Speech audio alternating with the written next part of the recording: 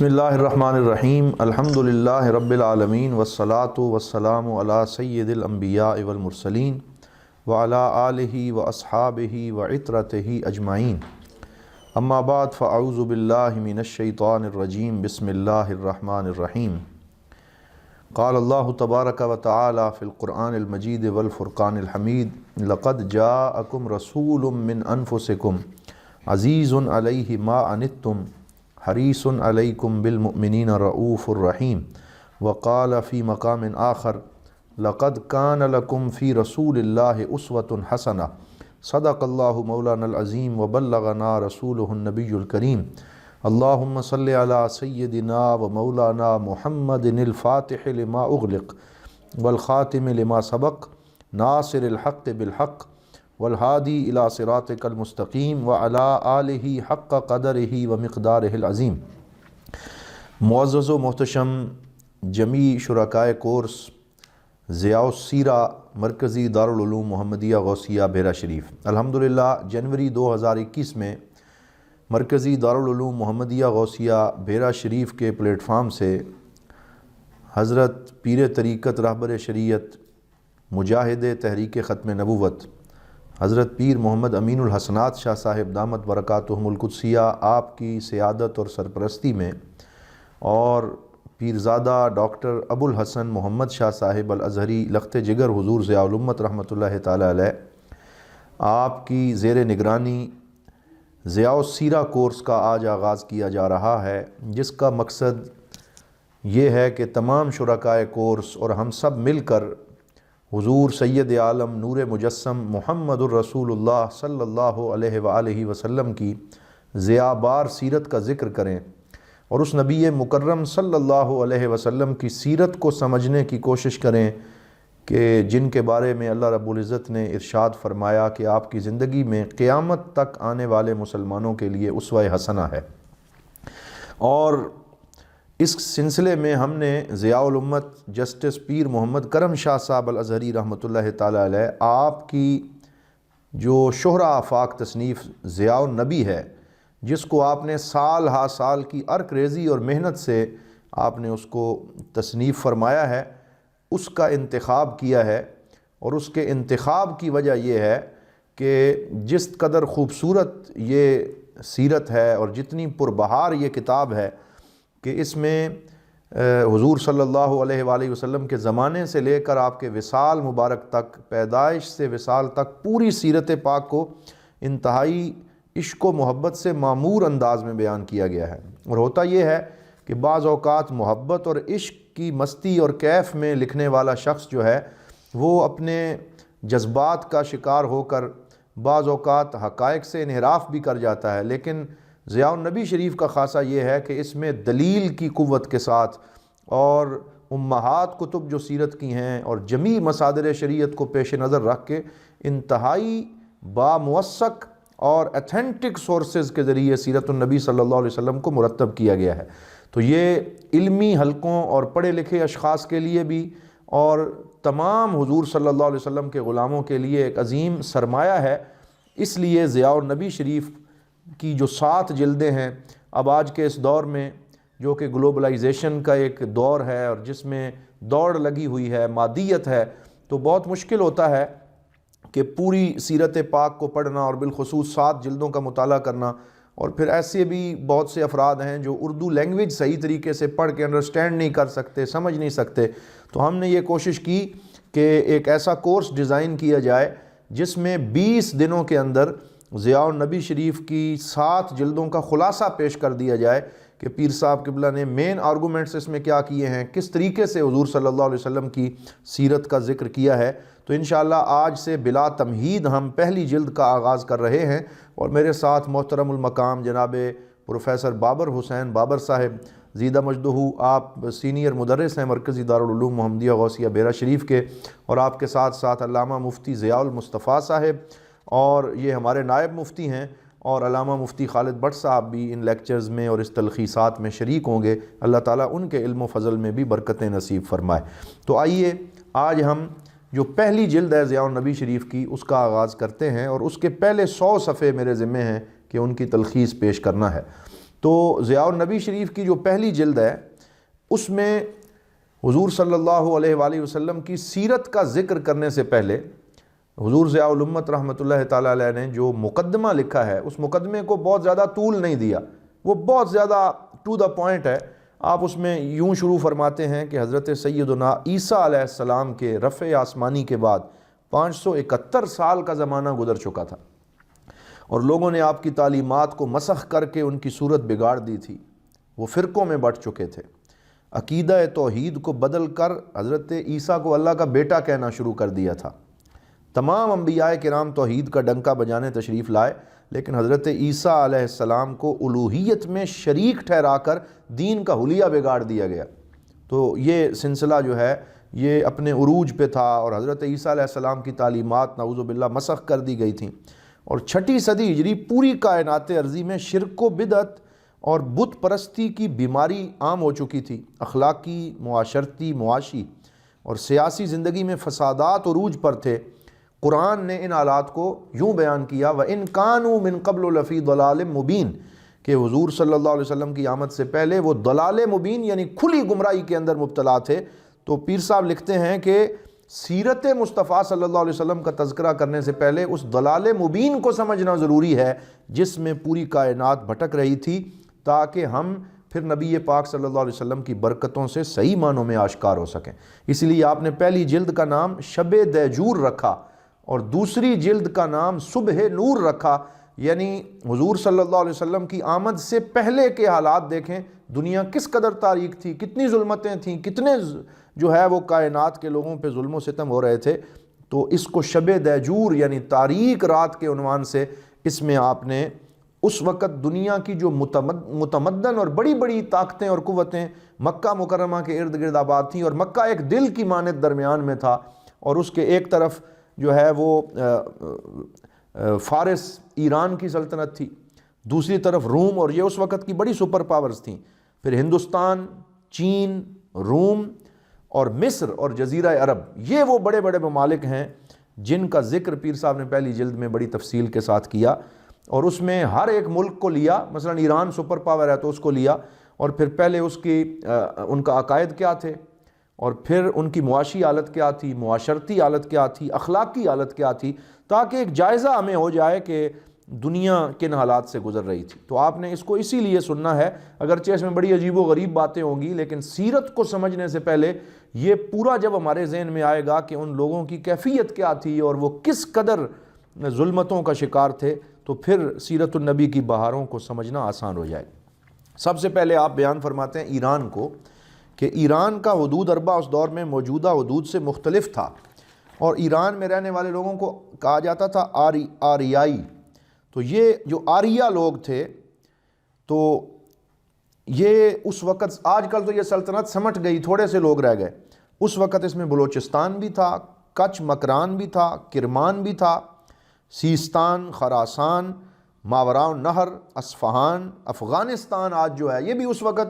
اسی ایران کا حصہ تھا، کردستان اس کا حصہ تھا، بابل اور موصل جو عراق کے بڑے شہر ہیں وہ بھی اس میں تھے، اور دیار بکر کے علاقے، یہ سارے کے سارے مل کے اس وقت یہ بہت گریٹر ایران آپ اس دور کا کہہ سکتے ہیں، جس میں یہ سارے ممالک شامل تھے۔ اور ایران کا کل رقبہ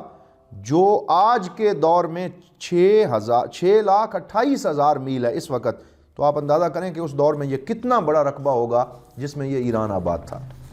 ایران میں جو آریہ قوم تھی وہ مظاہر پرستی کا شکار تھے، یعنی وہ اللہ کو نعوذ باللہ نہیں مانتے تھے، بلکہ روشنی کی پرستش کرتے تھے، آسمان کی، آگ، ہوائیں، حیات بخش بارشیں، ان سب کو مقدس معبودوں کی طرح ان کی پرستش کی جاتی تھی۔ اسی طرح انہوں نے آسمانی دیوتا بنا رکھے تھے، وارونا اور اوراناس کا نام دے کے، جو سورج ہے اس کی پوجا ہوتی تھی، آگ کی پوجا ہوتی تھی، اور ان کو یہ معبود سمجھتے تھے۔ تو یہ حالات ایران کے تھے حضرت عیسیٰ علیہ السلام کی ولادت سے بھی پہلے۔ پھر جب حضرت عیسیٰ علیہ السلام کی ولادت سے پہلے زرتشت پیدا ہوا، بلکہ یہ حضرت عیسیٰ علیہ السلام کی ولادت کے بعد کا زمانہ ہے، اس میں زرتشت پیدا ہوا، اور یہ زرتشت جو ہے یہ ایک شخص تھا جس نے جیسے جیسے یہ بڑا ہوا تو اپنے ارد گرد کے حالات دیکھے، اور پھر یہ کہنے لگا کہ خواب میں مجھے بشارات ہوئی ہیں اور پیغمبری کا منصب اللہ نے مجھے عطا کیا ہے، اور اس نے عقیدہ توحید کی تبلیغ شروع کر دی۔ اور پھر جو خراسان کا حاکم تھا، جس کو گستاسب بھی کہا جاتا ہے اور وستاسب بھی اس کا نام مذکور ہے، مختلف نام اس کے تاریخ میں مذکور ہیں، وہ بادشاہ بھی اس کے ساتھ ہو گیا، اس کو پوری سپورٹ دی۔ تو اس طریقے سے یہ جو زرتشت کا مذہب ہے اس کو ایران میں رواج ملا، یعنی پہلے سارے بت پرست تھے، پھر زرتشت نے آ کے انہیں عقیدہ توحید کی طرف مائل کیا، اور 660 قبل مسیح جو زرتشت کا زمانہ تھا، اس نے اپنی کتاب یند میں اپنے نظریات لکھیں، یعنی حضرت عیسیٰ علیہ السلام سے 660 سال پہلے یہ زرتشت آیا اور اس نے عقیدہ توحید کی تبلیغ ان کو شروع کی، اور یند نامی اپنی ایک کتاب لکھی جس میں اپنے نظریات ذکر کیے، اور اس کے نظریات بڑے بڑے یہی ہیں کہ وہ خدائے وحدہ لا شریک کی دعوت دیتا ہے، اور اس کو آہورا مزدہ کے نام سے، آہورا مزدہ یعنی یہ ان کے ہاں یہ ایک خدا کا نام تھا، اور اس کے نام سے وہ کہتا تھا کہ سب کچھ جاننے والا خداوند برتر اور ساری دنیا کو پیدا کرنے والا اللہ ہے، اور اس نے اپنے عقائد کی ترویج کی۔ لیکن ہوا کیا کہ یہ جو زرتشت ہے، جو ہی یہ مارا گیا اور بعض لوگوں نے اس پہ ظلم کیا، یہ ختم ہوا، تو اس کے جانے کے بعد اس کی اپنی جو زرتشتی قوم تھی، انہوں نے اس کے مذہب کو بگاڑنا شروع کر دیا، اور اس میں طرح طرح کی غلط باتیں کرنا شروع کر دی۔ مظاہر پرستی جس کو زرتشت نے ختم کیا تھا وہ پھر سے لوٹ آئی، اور یہ آگ کو مقدس سمجھنے لگے، مٹی کو مقدس سمجھنے لگے، اور حتیٰ کہ یہ تھا کہ مریض انسان کو ناپاک قرار دے دیا، اور کوئی انسان اگر مرنے کے قریب ہوتا تو اس کے سینے پہ روٹی کا ایک ٹکڑا رکھتے، کتے کو اس کے قریب لاتے، اور اگر وہ کتا اس روٹی کو اٹھا لیتا تو سمجھتے کہ اب یہ بندہ مر گیا ہے، اور طرح طرح کے عجیب ان کے رجحانات تھے۔ اور مرنے والے کو مٹی کے حوالے نہیں کرتے تھے، کہتے تھے یہ ناپاک ہو گیا ہے، اور اس کو کسی درخت کے ساتھ باندھ دیتے، اور مختلف پرندے آ کے اس کو کھا لیتے، اور جانور اسے کھا جاتے۔ گویا کتے کی قدر ان کے نزدیک زیادہ تھی، انسان کی قدر نہیں تھی۔ اور یہ جتنے حقائق ہیں، یہ حضور ضیاء الامت جسٹس پیر کرم شاہ صاحب الازھری رحمۃ اللہ تعالیٰ علیہ نے ان حقائق کو، جو ول ڈیورانٹ ہے اس کی کتاب قصۃ الحضارہ دا ایج آف ریلیجن، اس میں لکھا، اس سے لیے ہیں۔ History of Persia general sir پرسی Sykes کی کتاب ہے، وہاں سے لیا۔ دائرۃ المعارف الاسلامیہ اور دا ہسٹری آف ریلیجن جو ٹریور لنگ کی کتاب ہے، ان تمام مصادر سے حضور ضیاء الامت رحمۃ اللہ تعالیٰ علیہ نے وہ سارے حالات ذکر کیے ہیں کہ تخلیق کائنات کا بھی ایک عجیب تصور پھر انہوں نے متعارف کروایا۔ وہ کہنے لگے کہ اصل میں زوران نامی ایک خدا تھا شروع میں، اور وہ 1000 سال تک قربانیاں دیتا رہا کہ میرے ہاں کوئی بیٹا پیدا ہو جائے، لیکن 1000 سال کے بعد اسے اپنی قربانیوں میں شک ہوا کہ شاید میری قربانیاں قبول نہیں ہوئیں، اور پھر اس نے کہا کہ جو میرا بیٹا پہلا میرے سامنے آئے گا میں ساری کائنات اس کے حوالے کر دوں گا۔ تو 2 بیٹے اس کے ہوئے، ایک کا نام آہورا مزدہ اور دوسرا اہرمن کے نام سے۔ اہرمن شر کا جو ہے وہ استعارہ تھا، اور جو دوسرا آہورا مزدہ ہے وہ خیر کا استعارہ تھا۔ تو یہ جب اس کے سامنے آ گیا تو وہ مجبور ہو کر اس نے کائنات کی بادشاہی اسے دی، اور 9000 سال تک اسے کہا کہ تم بادشاہ رہو گے، پھر آخری 1000 سال جو ہے اس میں خیر کا جو بادشاہ یا خدا ہے وہ سامنے آ جائے گا۔ تو ایک عجیب و غریب اور لغو قسم کا عقیدہ جو ہے وہ انہوں نے متعارف کروایا۔ اور زرتشت اگر ہم مانتے ہیں کہ ٹھیک ہے زرتشت عقیدہ توحید ہی لے کے آیا ہوگا، لیکن اس کے بعد والے لوگوں نے اس کو بالکل بگاڑ کے رکھ دیا۔ تو یہ ایران کے لوگوں کے عقیدے کی کیفیت تھی کہ جس میں عجیب و غریب کہانیاں وہ سنایا کرتے تھے۔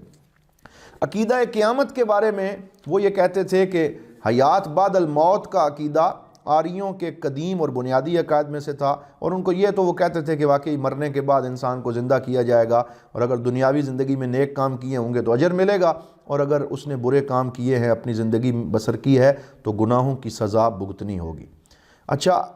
اسی طرح آپ پیر صاحب نے ذکر کیا کہ زرتشت کی مذہب کے بنیادی اصول یہ تھے: good thoughts, good words, good deeds, کہ اگر آپ اچھا سوچیں گے، اچھے کلمات ادا کریں گے تو اچھے اعمال کریں گے۔ تو یہ یعنی کچھ اس میں بڑے اچھے عقائد بھی تھے۔ اگر زرتشت کے اصل عقائد کو وہ لوگ لے کے آگے چلتے تو صورتحال بہتر ہو سکتی تھی، لیکن انہوں نے اس کے عقائد کو بھی بگاڑ دیا۔ پھر ساسانی خاندان ایک آپ نے یاد رکھنا ہے کہ جب ایران کی بات ہوتی ہے تو اس میں ساسانی خاندان، یعنی پہلے یہ زرتشت کے ماننے والے لوگ چلتے رہے، کئی 100 سال تک چلتے رہے، پھر 226 عیسوی میں یعنی حضرت عیسیٰ علیہ السلام کی ولادت کے 226 سال کے بعد یہ ارد شیر نامی ایک ان کا بادشاہ ہے جس نے ساسانی خاندان کی حکومت کی بنیاد رکھی، اور یہ ایران کے اندر یہی حکومت پھر 300-400 سال تک چلتی رہی، بلکہ حضور صلی اللہ علیہ وسلم کی پیدائش اور آپ کے تشریف لانے تک بھی یہ ساسانی خاندان کے آخری حکمران چل رہے تھے۔ تو انہوں نے بھی جب یہ حکومت میں آئے ساسانی خاندان کے لوگ، تو انہوں نے بھی وہی جو زرتشت کا مذہب تھا، کہنے لگے ہم عقیدہ توحید کا پھر سے ابلاغ کر رہے ہیں، لیکن اصل زرتشت کے عقائد کا ابلاغ کرنے کے بجائے جو منحرف تعلیمات تھیں اسی کو فروغ دینا شروع کر دیا، اور سپورٹ دی۔ بڑے بڑے زرتشت مذہب کے جو لوگ تھے ان کو چرچ اور بڑے بڑے وہ عبادت خانے بنا کے دیے۔ ایک ماگی قبیلہ تھا جو آپ یوں سمجھ لیں کہ مذہبی اجارہ داری ساسانی خاندان نے اس کے حوالے کر دی کہ تلوار ہمارے پاس رہے گی اور مذہبی بادشاہی تمہارے پاس رہے گی، تو ان کو بڑی جائیدادیں دے دی گئیں، ان کو ماگی کہا جاتا تھا، اور مغ بھی روایت میں ہے کہ انہیں کہا جاتا تھا۔ تو وہ بڑے بڑے رؤساء، جاگیردار اور امیر کبیر لوگ تھے۔ تو ایک طرف جو ارد شیر ہے اور اس کے خاندان میں سیاسی حکومت ایران میں چلتی رہی، اور مذہبی اجارہ داری زرتشت مذہب کی بگڑی ہوئی شکل میں ماگی خاندان کے پاس آگے چلی، اور اس میں پھر یہ مذہبی تعصب اس حد تک فروغ پا گیا کہ ایران نے پھر عیسائیوں، جو عیسائی ایران میں بستے تھے یا جن کے ساتھ ان کی جنگیں ہوئیں، ان کو انہوں نے قتل عام کرنا شروع کیا، تاکہ جو یزد جرد آیا ہے، یہ ارد شیر کے بعد آگے یزد جرد اول یہ بادشاہ تھا، تو اس نے 399 سے لے کے 420 عیسوی تک عیسائی مذہب جو ہے اس کو کچھ آزادی دی ہے، لیکن یزد جرد سے پہلے ایک بادشاہ تھا جو ارد شیر اور یزد جرد کے درمیانی عرصے میں آیا، اسے شاپور کہا گیا۔ اس نے 16,000 عیسائی موت کے گھاٹ اتارے اور لاکھوں عیسائیوں کو پھانسیاں دیں۔ پھر یزد جرد آیا تو اس نے کچھ سہولت کر کے عیسائیوں کو کچھ مذہبی آزادی دی، لیکن خسرو پرویز جو بعد میں آیا ہے اس نے پھر سے عیسائیت کے خلاف مقدس جنگ کا آغاز کیا، یہودیوں کو ساتھ ملایا، یروشلم پہ حملہ کیا، 90,000 عیسائی تہہ تیغ کیے۔ اصل صلیب جو تھی، جس کے بارے میں عیسائیوں کا عقیدہ تھا کہ اس پہ حضرت عیسیٰ کو صلیب دیا گیا تھا، حالانکہ یہ قرآنی عقیدہ نہیں ہے، وہ اصل صلیب اٹھا کے وہ وہاں سے ایران لے آئے، تمام گرجوں کو کھنڈرات میں بدل دیا، اور فرد جرم یہ لگائی کہ عیسائی ہمیں خدا کا بندہ بننے کی تلقین کرتے ہیں، سورج اور آگ کی تعظیم سے روکتے ہیں، اور پانی کو پلید کرتے ہیں، وضو کرتے ہیں، اور مردوں کو زمین میں دفن کرتے ہیں، سانپوں کو، کیڑے مکوڑوں کو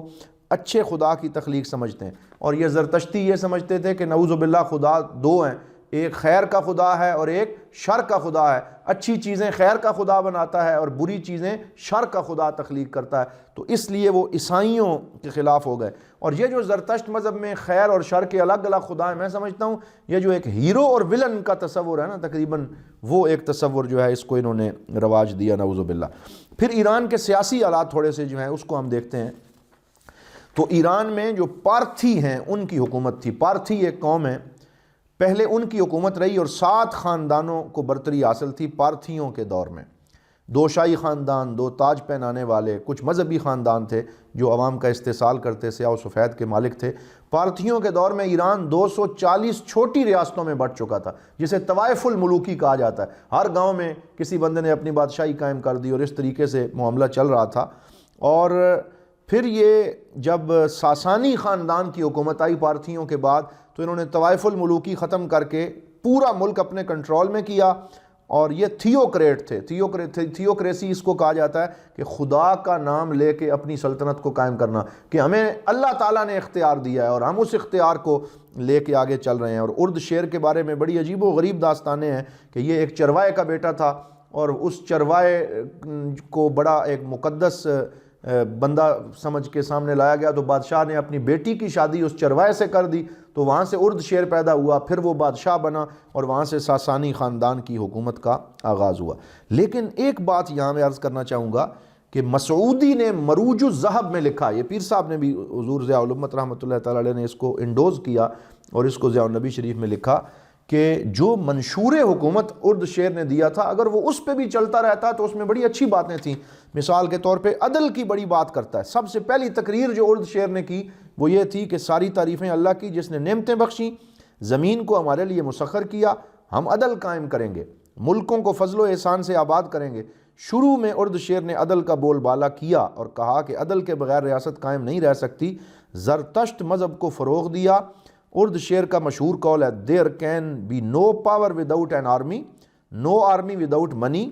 no money without agriculture and no agriculture without justice. وہ کہتا ہے کہ قوت جو ہے وہ آرمی کے بغیر نہیں آ سکتی، اور آرمی پیسے کے بغیر نہیں آ سکتی، پیسہ زراعت کے بغیر نہیں آ سکتا، اور زراعت انصاف کے بغیر نہیں آ سکتی. گویا اس نے انصاف کو ریاست کی بنیاد قرار دیا. اور a sovereign without religion is a tyrant. تو کہتا ہے کہ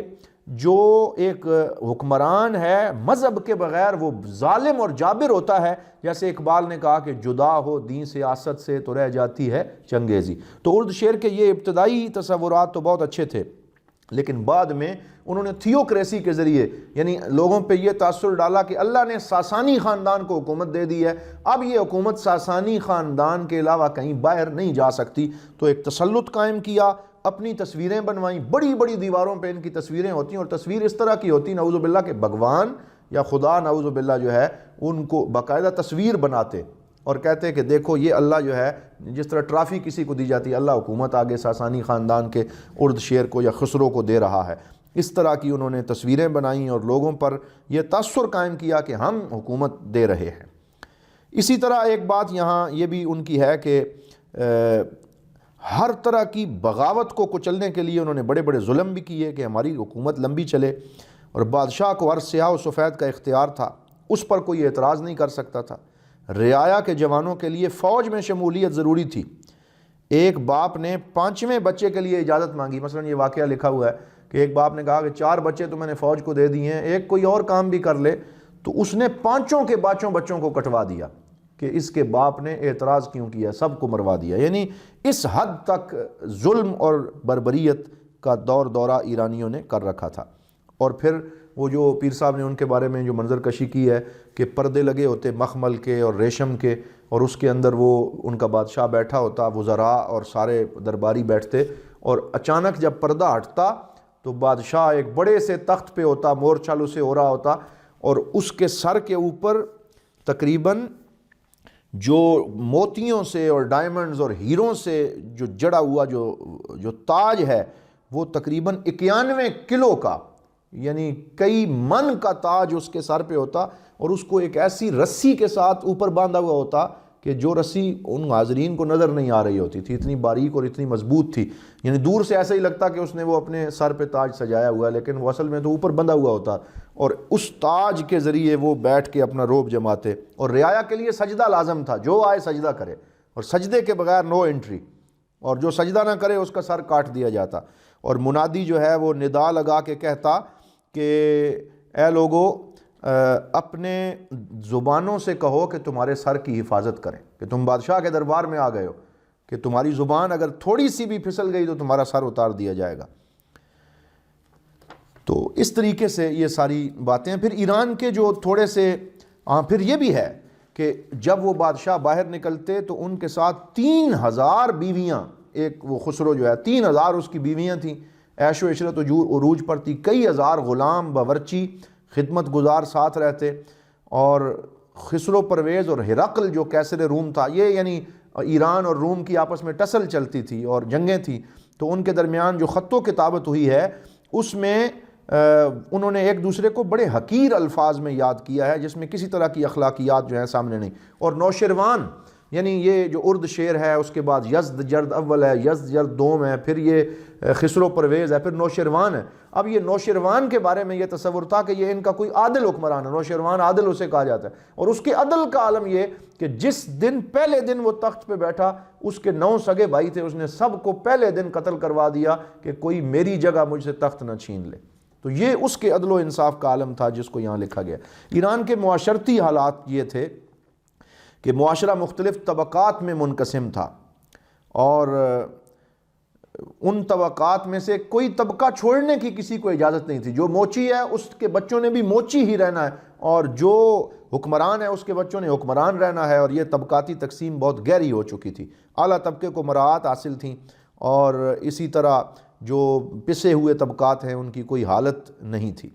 خاندان کا جو رواج ہے وہ یہ تھا کہ تعدد ازدواج پہ پورا معاشرہ قائم تھا، اور ایک شخص کو کئی بیویاں رکھنے کی اجازت تھی. اور پھر یہ بھی بڑی دلچسپ بات ہے کہ نعوذ باللہ اگر ایک بندے نے جو ہے وہ 40-50 بیویاں رکھی ہیں تو ان میں سے ایک بیوی کو بادشاہ قرار دیا جاتا گھر کا، باقی بیویاں پھر اس کی خدمت کرتیں، کچھ بیویاں صرف کھانا پکانے کے لیے ہوتیں. تو معاشرتی طور پہ خاندانی حالت بھی بالکل ہی ناگفتہ بے تھی. محرمات کے ساتھ نکاح کا رواج تھا، نعوذ باللہ بہن اور بیٹی کے ساتھ نکاح جو ہے وہ جائز قرار دیا گیا تھا اس معاشرے میں، اور اس سے بڑا ظلم اور کیا ہو سکتا ہے. اور پھر جو بیویاں ہیں وہ اپنے دوستوں کو تحفے میں دینے کا رواج جو ہے وہ بھی لکھا گیا کہ وہ بھی ان کے یہاں رائج تھا. پھر ان کے معاشی حالات میں بھی یہ بتایا گیا کہ دو بڑے طبقے تھے، ایک طبقہ امراء اور رؤساء اور جاگیرداروں کا. اور یہ حالت تو جب میں نے پڑھی ہے تو آج میں پاکستان کے حالات یاد کر رہا تھا. آپ سنیں ذرا، پیر صاحب لکھتے ہیں کہ ایران کے اس دور کے معاشی اعتبار سے سوسائٹی دو طبقات میں تقسیم تھی. ایک طبقہ امراء، رؤساء، جاگیرداروں، فوجی جرنیلوں کا مراعات یافتہ طبقہ تھا، اور دوسرا طبقہ عوام کا جس میں کاشتکار، مزدور، دستکار اور محنتی لوگ تھے جن کے مقدر میں غربت اور محرومی لکھی ہوئی تھی. تو جو امیر ہے وہ امیر سے امیر تر، اور غریب سے غریب تر ہوتا جا رہا تھا. زرتشت مذہب میں زراعت مقدس ہونے کے باوجود کسانوں کی حالت قابل رحم تھی. ویسے وہ زراعت کو مقدس سمجھتے تھے، لیکن جو کسان ہیں ان کے ساتھ بڑا ہی ظلم کیا جاتا تھا. کسانوں پر نئے ٹیکس لگائے جاتے، لوگ ناجائز طریقے سے روپیہ بٹورنے لگے. اور خسرو پر نوشروان جو ہے اس نے کچھ اصلاحات کی، لیکن وہ اصلاحات کے باوجود وہ ظلم کسانوں کے ساتھ بدستور قائم رہا. کسانوں سے دو ٹیکس وصول کیے جاتے، محصول الگ اور خراج الگ وصول کیا جاتا. اور جتنے بھی بڑے بڑے گھرانے تھے وہ ٹیکس دینے سے مستثنا تھے. آج ہمارے ہاں بھی یہی ہو رہا ہے کہ جو بڑے لوگ ہیں وہ ان سے کوئی ٹیکس نہیں لے رہا، اور سارے غریبوں پہ لگائے جا رہے ہیں. اور جتنے بھی شاہی لوگ تھے وہ ٹیکس نہیں دیتے تھے. آخر میں ایران کی اخلاقی حالت جو ہے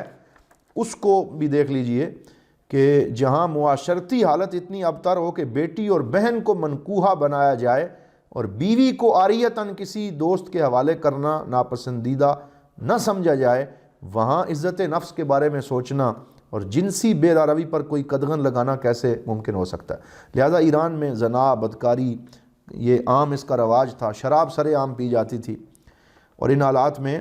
اچھا یہاں ایک اور بات دیکھیے کہ جب یہ سارے کا سارا اخلاقی بدتری اور معاشی اور معاشرتی ساری حالتیں خراب ہو گئیں، تو جہاں اتنی زیادہ حالت خراب ہو جائے نا وہاں کچھ لوگ مس یوز کرنے کے لیے بھی آ جاتے ہیں. تو ایک ان میں سے نام نہاد مفکر اٹھا جس کو مزدک یا مزدک کہا جاتا تھا. یہ ان کا بہت بڑا، یعنی اس نے اپنے آپ کو اسکالر شو کیا کہ میں اب تمہارا مسیحا بن کے آ گیا ہوں اور یہ تمہارے سارے مسائل میں حل کروں گا. تو اس نے اپنا ایک بیانیہ جاری کیا اور اس نے کہا کہ ایران میں بڑا ظلم ہو رہا ہے، بادشاہ اور امیر طبقہ امیر ہو رہا ہے، غریب سے غریب تر ہو رہا ہے. میں اعلان کرتا ہوں تمام انسان مساوی ہیں، کسی کو کسی پر کوئی فوقیت حاصل نہیں. یہاں تک تو ٹھیک تھا، لیکن آگے سنیں. طبقاتی تقسیم دو وجہ سے ہے، ایک جائیداد کی وجہ سے اور ایک عورت کی وجہ سے. یہ لوگ اس دور میں ہیں. تو لہٰذا میں یہ اعلان کرتا ہوں کہ آج سے کیونکہ سارے انسان برابر ہیں، لہٰذا کسی کو کوئی جائیداد رکھنے کا حق نہیں ہے. جائیداد بھی سب کی سانجھی ہے، عورت بھی سب کی سانجھی ہے، نعوذ باللہ. تو جہاں مرضی ہے کھل کھیلتے پھرو، اور جس کی جائیداد پہ مرضی ہے گھر بناؤ، اور کوئی حلال حرام کی کوئی تمیز نہیں ہے. تو گویا اس نے کمیونزم کو فروغ دیا. تو یہ مزدک جو ہے یہ کمیونزم کا باپ ہے. یہ بعد میں روس میں جو آج تک یہ کمیونزم کی آواز چلی ہے ساری، تو یہ اصل میں وہ مزدک جو ہے وہ اس کمیونزم کا بڑا باپ تھا. تو اس نے یہ کہا کہ ٹھیک ہے کسی کی کوئی ملکیت نہیں ہے. تو ایران کے وہ لوگ جو مفلسی میں اور محرومی کا شکار تھے انہوں نے تو شکر کیا کہ کوئی ایسا بندہ جو دعوت دے رہا ہے. تو لوگ جوک در جوک اس کے ساتھ ہو گئے، یہاں تک کہ کیقوباد جو کسرا ایران کا اس وقت کا ایک بادشاہ تھا، اس کا نام تھا کیقوباد. تو وہ کسرا ایران تھا، وہ بھی اس کا مقلد ہو گیا. اور یہ کیقوباد نوشروان کا سگا باپ تھا. تو یہاں تک وہ اس کا مقلد ہو گیا کہ جو مزدک ہے اس نے جب دیکھا کہ یہ کیقوباد بادشاہ میرا مرید بن گیا ہے یا میرا ماتحت ہو گیا، تو اس نے ایک دن اس کو بھی کہا کہ ٹھیک ہے جب عورتیں بھی نعوذ باللہ سب کی سانجھی ہیں، جائیدادیں بھی سانجھی ہیں، تو تم اپنی بیوی جو ہے وہ تم میرے حوالے کر دو۔ تو وہ راضی بھی ہو گیا بدبخت جو کہکباد تھا۔ تو نوشروان نے اس مزدک کے پاؤں پکڑے اور اس کے پاؤں چومے اور کہا کہ یہ میری ماں ہے، تو تم رحم کرو اور جو کچھ ہے مجھ سے لے لو۔ تو اس کی وہ منت سماجت مان گیا اور وہ باز آ گیا۔ اس سے تو باز آ گیا، لیکن باقی اس نے اپنے وہ سلسلے جاری رکھے اور حیوانوں کے ذبیحے کو حرام قرار دے دیا۔ ویجیٹیرین ہو گیا، لوگوں کو کہا گوشت کھانا چھوڑ دو اور صرف انڈے کھاؤ، سبزیاں کھاؤ اور ضروری ایسی چیزوں پہ اکتفا کرو۔ 10 سال تک مزدک اور کہکباد نے مل کے ایران میں یہ تباہی مچائی۔ پھر آخر میں نوشروان نے لوگوں کو ساتھ ملایا اور وہ اپنے ہی باپ کے خلاف اور مزدک کے خلاف کھڑا ہوا اور یہ جتنے کمیونسٹ تھے ان سب کو قتل کیا، اور 1 لاکھ لوگوں کو ایک دن میں قتل کیا گیا جب نوشروان آیا۔ یعنی یہ عادل ہے، لیکن یہ اپنی طرف سے اپنے وہ جو مزدک ہے اور وہ جس نے کمیونزم کو فروغ دیا اس کا خاتمہ پھر اس نے ایسے کیا کہ 1 لاکھ افراد کو ایک دن میں قتل کروا دیا۔ اور یہ یعنی اس وقت کی ایک صورتحال ہے جو مزدک اور اس کی طرف سے ہوئی، اس کو بھی ذکر کیا گیا۔ اولاد کی تربیت کے طریقہ کار کے حوالے سے اچھی باتیں لکھی ہیں کہ مدارس وہاں تھے اور وہ شہر سے لوگ دور بناتے تھے کہ شہر کا شور و غل اس میں شامل نہ ہو اور شہر کے برے اخلاق جو ہیں وہ انہیں متاثر نہ کر سکیں۔ اور پھر انہیں جو کچھ پڑھایا جاتا تھا اس میں قانون، تیر اندازی، گھڑ سواری، یہ ساری چیزیں پڑھائی جاتی، کاشتکاری اور باغبانی کا فن سکھایا جاتا، خشک اور سادہ غذا طلباء کو کھلائی جاتی، اور دریا عبور کرنے کا ڈھنگ یوں سکھایا جاتا کہ کپڑے بھی گیلے نہ ہوں اور جو نیزہ وغیرہ اور سامان حرب ہے وہ بھی گیلا نہ ہو سکے۔ یعنی کچھ اچھی چیزیں مدارس میں سکھائی جاتی تھیں، لیکن اصل میں کیونکہ پورے کا پورا نظام بگڑا ہوا تھا لہٰذا وہ صحیح تربیت بھی ان کو کوئی فائدہ نہیں دے سکتی تھی۔ اور ایران کا نظام عدل و انصاف اس قدر ڈراؤنا ہے جو اس دور میں تھا کہ اس میں اگرچہ کچھ قانون کے کتابچے تو موجود تھے، لیکن جو مذہبی پیشوا ہیں جب وہ کوئی بات کر دیتے اسی کو قانون سمجھا جاتا، چاہے وہ صحیح ہو یا غلط ہو، اور جو ملزم ہے جب وہ آ جاتا تو اس سے ایک گرم امتحان لیا جاتا، ایک سرد امتحان۔ گرم امتحان سے مراد یہ ہے کہ سیسا پگھلا کے اس کے سینے پہ ڈالا جاتا کہ اگر یہ سچا ہو تو بچ جائے گا وگرنہ رگڑا جائے گا۔ اور اسی طرح اس کو جو ہے وہ طرح طرح کے زہر کھلا دیا جاتا یا موذی جانوروں کے ساتھ اس کو بند کر دیا جاتا، اور کمروں میں چوہے چھوڑ دیے جاتے قیدیوں کے، اور طرح طرح کی ایسی باتیں لکھی گئی ہیں جن کو سن کے انسان کی روح بھی کانپ اٹھتی ہے۔ لوہے کی کنگھی سے انسان کی کھال اتاری جاتی، اور پھر جب ہڈیاں ظاہر ہونے لگتی تو ان پہ تیل چھڑک کے آگ لگا دی جاتی۔ اور موت کی سزا سب سے وحشتناک یہ تھی جسے 9 موتوں کی سزا کہا جاتا تھا۔ یعنی پہلے انسان کے دونوں ہاتھ کاٹے جاتے، پھر دونوں پاؤں کاٹے جاتے، پھر اس کو بازو کاٹے جاتے، 9 اعضاء کاٹتے کاٹتے آخر میں سر کاٹا جاتا۔ تو اس طریقے سے یعنی ظلم تھا، گویا کہ بادشاہوں نے اپنے لیے ہر چیز کو جائز سمجھا ہوا تھا اور اپنی حکومت کو جائز رکھنے کے لیے وہ ہر قسم کا جو ظلم و ستم ہے وہ کیا کرتے تھے۔ تو یہ آج ہم نے آپ کے سامنے میں نے جو میرا وقت تھا اس میں ایران کی جو حالت بیان ہوئی ہے کہ اخلاقی حالت کیا تھی، اور مذہبی حالت میں ہم نے یہ دیکھا کہ ساسانیوں نے کس طریقہ سے زرتشت کے بگڑی ہوئی شکل والے مذہب کو فروغ دیا، پھر اس کے بعد مزدک نے آ کے کیا تباہی کی، اور ایران کے جو بڑے بڑے بادشاہ تھے انہوں نے اپنی بادشاہی کو فروغ دینے کے لیے کتنے ظلم و ستم کیے۔ تو یہ وہ دور تھا جس دور میں حضور نبی رحمت صلی اللہ علیہ وسلم کو بھیجا گیا کہ ایک طرف صرف ابھی ہم نے ایران کی حالت سنی ہے کہ ایران اس طرح کی اخلاقی، معاشی، معاشرتی اور ہر طرح کی ابتری کا ظلم و ستم کا شکار تھا، اور حضور صلی اللہ علیہ وآلہ وسلم جو ہیں وہ ایسے حالات میں تشریف لائے اور کس طریقے سے آپ نے لوگوں کو ان کے حقوق دلائے، لوگوں کے اخلاق بہتر کیے، عورتوں کو ان کا کھویا ہوا وقار واپس کیا، اور سرکار دو عالم صلی اللہ علیہ وسلم نے کس طریقے سے اس پوری انسانیت کو ایک جو ہے وہ عروج عطا کیا۔